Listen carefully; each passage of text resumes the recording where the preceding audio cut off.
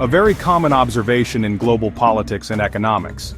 Historically, wars and external conflicts have often coincided with internal crises, especially economic downturns, political instability, or widespread public dissatisfaction. Here's how and why it happens. 1. Diversionary theory of war. This is a known concept in political science. When governments face domestic crises, inflation, unemployment, protests, economic recession, they sometimes use war or foreign conflicts to unite citizens against a common enemy. It shifts public anger outward instead of toward their own leaders. 1. Economic boost via military spending wars can stimulate industries, defense, weapons, oil, and logistics.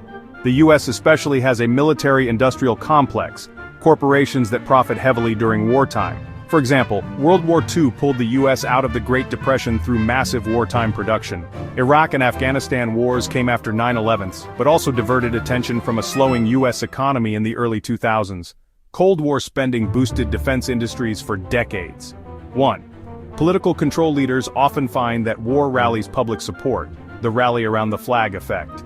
It gives them justification for emergency measures, higher spending, and stricter control, which might not be accepted in peacetime. 1. Examples involving the US-Vietnam War during civil rights unrest and economic slowdown in the 1960s. Gulf War, 1991, after US recession and to secure oil influence.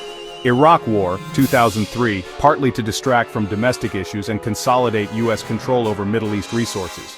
Ongoing proxy wars, Ukraine, Middle East conflicts, serve both geopolitical goals and economic interests for US arms and energy companies.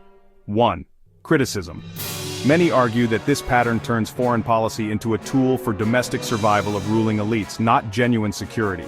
That's why critics often say, the US lives on a war economy.